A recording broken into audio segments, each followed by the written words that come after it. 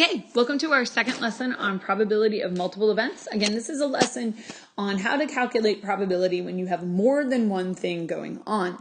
In the last lesson, we covered the idea of two things happening. And we focused on the idea of having like a wardrobe where you have a red shirt and black jeans, and what's the probability that both of those things happen. Today, we're going to change up that scenario a little bit, and we're going to talk about what is the probability that one or the other will happen. Now, on the intro to probability activity, there was a question that said, what is the probability of rolling a 10 or an 11, like the sum of a 10 or an 11? And again, this is for my students that participated in the probability activity. And that particular question does cause some issues because of the notation and the vocabulary. And usually that's the kind of one that students need to raise their hand and ask a question. And I'm more than happy to help you with that. And we're going to address that today. So we're changing up the scenario. We're going to keep the 3 shirts and the 2 pairs of jeans. So no more 20 pairs of jeans, okay, right now. So we go back to 3 shirts, 2 pairs of jeans. What is the probability that you would choose the red shirt or the black jeans? So that is not saying pick either the probability of the red shirt or the probability of the black jeans. It means what's the probability that at least one of those things is going to happen. Something to note with the word or in math, the word or in math is always inclusive. And so when we say the red shirt or the black jeans, what we mean is this. We mean the red shirt or the black jeans or both. And so we always have that or both. In the English language, we do not always mean or both. So if somebody says, you go to a restaurant and somebody says, would you like soup or salad? And you say, I'll have both. Okay, they're either going to tell you that's not how the meal comes, or they're going to charge you for one of them. Okay, because it's what we call an exclusive or, one or the other, but not both. In math, unless it is specified otherwise, then we include both in our or. So if you have 3 shirts and 2 pairs of jeans, what's the probability that you would choose the red shirt or the black jeans? We're going to do this the long way out by listing those possibilities again. So we've got the red shirt and the blue jeans. We've got the red shirt and the black jeans. We've got the green shirt and the blue jeans, the green shirt and the black jeans, the yellow shirt and the blue jeans, and we have the yellow shirt and the black jeans. So what's the probability that one or the other or both of those things will happen?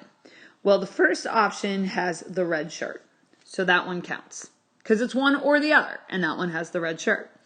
Second one is the red shirt and the black jeans. And remember what I just said about the inclusive or? It's okay if you have both. So that one actually meets both of them. The next option is the green shirt and the blue jeans. So that one doesn't count. Then we have the green shirt and the black jeans. Well, that one does count because that one meets the requirement for the black jeans. Then we have the yellow shirt and the blue jeans. Doesn't meet either one. And then we have the yellow shirt and the black jeans. And that one meets the requirement of having the black jeans. So you'll notice that there are 4 possibilities out of the 6 outfits that will meet the requirement of red shirt or black jeans. And so the probability would be 4 out of 6 or 2/3. Always pay attention to the directions for how to leave your answer.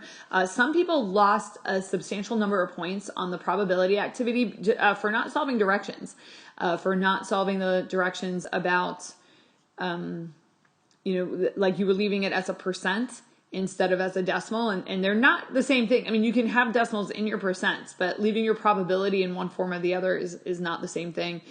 And we'll talk about rounding. I'll do a lesson on rounding. All right, so the probability of one or the other, in this case, would be 2/3. So one probability has both the red shirt and the black jeans. If we just add up all the combinations that have a red shirt and add them to all the combinations that have the black jeans, we will end up counting this combination twice. We need to consider this when we write the formula. So here's what we mean by that. if you say this, if you say, well, the probability of the red shirt or the black jeans is equal to the probability of the red shirt, and then we just add to that the probability of the black jeans. Okay, what we end up doing is we end up over counting because the probability of wearing a red shirt, we're going to end up with counting two of them. Okay, so the probability of wearing a red shirt is 2 out of the 6. Here, we'll actually do it out. The probability of wearing a red shirt is 2 out of the 6. The probability of wearing the black jeans is 3 out of the 6. But what you might have noticed is that we actually overcounted because this particular outfit got counted twice.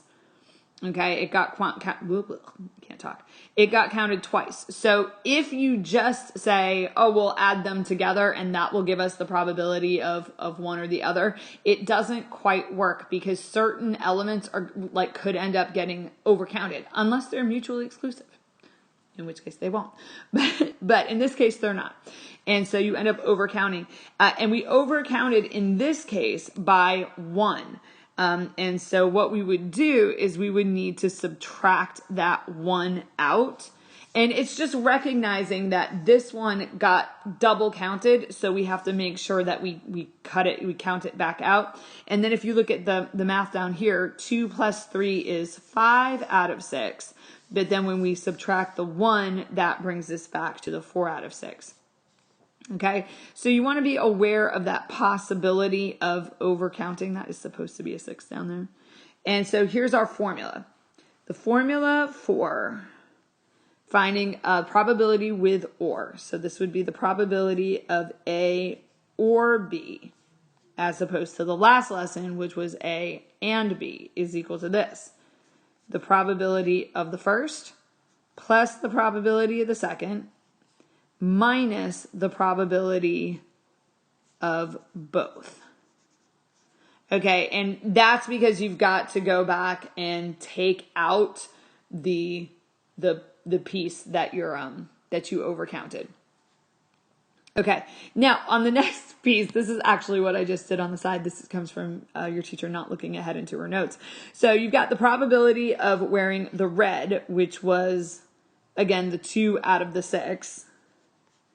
And then the probability of wearing the black, which was 3 out of 6, minus the probability of red and black, that's like the both, which was 1 out of 6. And when you're adding fractions, you do need to have a common denominator. Okay, and then you just add or subtract your numerators. So 2 plus 3 is 5. 5 minus 1 is 4. Giving us 4 out of 6, which simplifies to 2/3, which matches the answer that we got by listing them all out. So you can use a calculator. If you have a scientific calculator of any stripe, it will do fractions for you. They're all equipped with some kind of fraction button, or if you have a TI, there's an option on the TI to take a decimal answer and change it over to a fraction in the event that you need a fraction. So, but they're all different. All the different calculators are different. They have different buttons. You hit them in different ways. I will be more than happy to help any of my students with that. But you need to ask. You need to know what kind of calculator you have and let me know. I will help you figure out how to use it. Now, as an aside, sometimes these formulas, okay, are useful. They're useful when you have very large numbers. But sometimes for simpler examples, it's actually easier to kick back and write out your entire sample space. So you need to use your best judgment. If it makes more sense to you to list all the combinations out, then go ahead and do it. And sometimes you don't even have to list all of them out. Just listing some of them out will be enough to help your brain process what it is you're looking at, and you'll be able to answer whatever question you need to answer without going through, listing 30 or 40 different possibilities in a sample space. But but yeah, the formulas are useful. They are on your EOC. For my students, you are expected to be familiar with these and to know when and how to use them. So let's take a look at the last one. On your photocopied notes, this probably is not in color, which makes it almost impossible for you to do. I don't know that you can necessarily tell the difference. Maybe you can. On my copy, which is the original printed out one, there's a slight hue difference between the green and the orange, but once that is photocopied a second time, probably the difference is gone. So you do need to be looking at this in color. I think the copy that is uploaded to Focus will be in color. So if you need to see it there, it'll help. So this is an example problem from the book, and it is a probability question. It is your multiple choice, and we spent a lot of time prepping for EOC stuff by doing multiple choice questions. It's not about randomly guessing. It's about figuring out pieces of the problems and eliminating answer choices and that sort of thing. So here's our question. Suppose you reach into the dish and select a token at random. What is the probability that the token is round or green? So you can look at the problem here. Okay, wiping off my iPad there. Sorry about that. Okay, and let's kind of do this out maybe the long way. So the probability that it is round would be all the round pieces. Okay? And then the probability that it is green, we would circle all the green pieces. Okay? And what you can tell is that we have circled 1, 2, 3, 4, 5, 6 pieces. So the probability that we would choose something round or green would be 6 out of, and then that, how many pieces are there? 1, 2, 3, 4, 5, 6, 7, 8, 9. And of course, that simplifies to 2/3. So, and if you look at your answer choices, you can see that 6/9 was an answer choice, so they did not want you to simplify it. Always check the answer choices first. Okay, and that's honestly, in my opinion, that's probably the easiest way to do that, is to just circle them if you can. If you can write on it, if you've got like those capabilities to write them out and mark them off. It's very visual, very concrete. Now, using the formula though, it would go something like this. The probability of round or green would be equal to the probability of round plus the probability of green minus the probability of both, meaning both round and green. So the probability of choosing a round one is 1, 2, 3, 4, 5. So 5 out of 9. Plus the probability of choosing a green one, 1, 2, 3 out of 9. Now the problem with that is that some of those figures got counted twice. They got counted if they were round, and then they got counted again if they were green. So what is the probability of them being round and green? Well, that would be 2 of them. 2 of them got overcounted, so we would subtract the 2 out of the 9. And then remember, when you're adding or subtracting fractions, you would just add or subtract straight across the top. So 5 plus 3 is 8. 8 minus 2 is 6. And there's your 6/9. You can decide which way is easier, which way do you prefer, and you should be able to do it both ways, even though you're going to have a preference for one way or the other. So what I would recommend, honestly, as an exercise when you're doing the problems for practice, is to pick whichever way you're least comfortable Try to do it that way and then confirm your answer doing it the way that you're more comfortable. And it does take longer, but it's going to help you to learn both of those skills and develop some comfort, or to know that you need to ask a question. So if you're getting the problem correct one way and then incorrect the other way, then you know that you have a question that you need to ask, and you can have me take a look at your work. So for this, there's a couple of practice problems. So suppose you select a token at random from the dish above. What is each probability that the token is square or red, and that the token is green or square? So what I'm going to recommend that you do is that you pause the video and just try this on your own.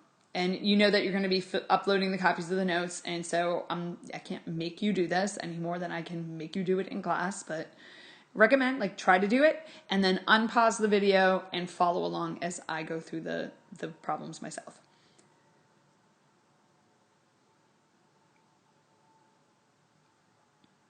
Okay, so in my review of this, I'm actually going to try to review both ways of doing it, just to, again, reinforce that there's two ways you can think about it, and you want to develop some proficiency in both of the ways. So for the first one, if we have square or red, I'm going to do this one using the formula. So that would be the probability of choosing a square plus the probability of choosing a red one minus the probability of square and red. Or you could write both. Okay, like both square and red. So the probability of choosing a square is 1, 2, 3. I do think they are squares too, just for the record, because somebody's probably looking at that and saying those are not squares. I think when I put this into the document, in order to make it fit, I stretched it out lengthwise. You can even tell, like, the writing looks like it's been stretched a little horizontally. So I think they were squares that I ended up stretching, just in case that's going to deprive anybody of sleep. So the probability of choosing a square is 1, 2, 3 out of the 9. The probability of choosing something red is also 3 out of 9. And then we want to look at, like, what might we have chosen more than once, and that would be like red squares, and there's one red square there. And we need to make sure we kick that out because it was double counted. And then we'll just add our fractions. So 3 plus 3 is 6, and 6 minus 1 is 5, and we end up with 5/9. So the probability for that first one should be 5/9. Second one is the probability that the token is green or square. And this one I'm going to do by marking off, like kind of circling and marking them off, a little bit more concrete and visual. So the probability that we choose a green one would be like these ones. So we like kind of count up all the green ones. And then square. And so I'm going to go ahead and circle all the square ones. And you'll notice that one of them did get circled twice. That would be the green square. But now it's a little bit more visual. I'm just going to count up all the pieces that are circled. So we have 1, 2, 3, 4, 5 that were circled. And so the probability of choosing a something green or square would again be 5/9. So you should have gotten 5/9 for both of them.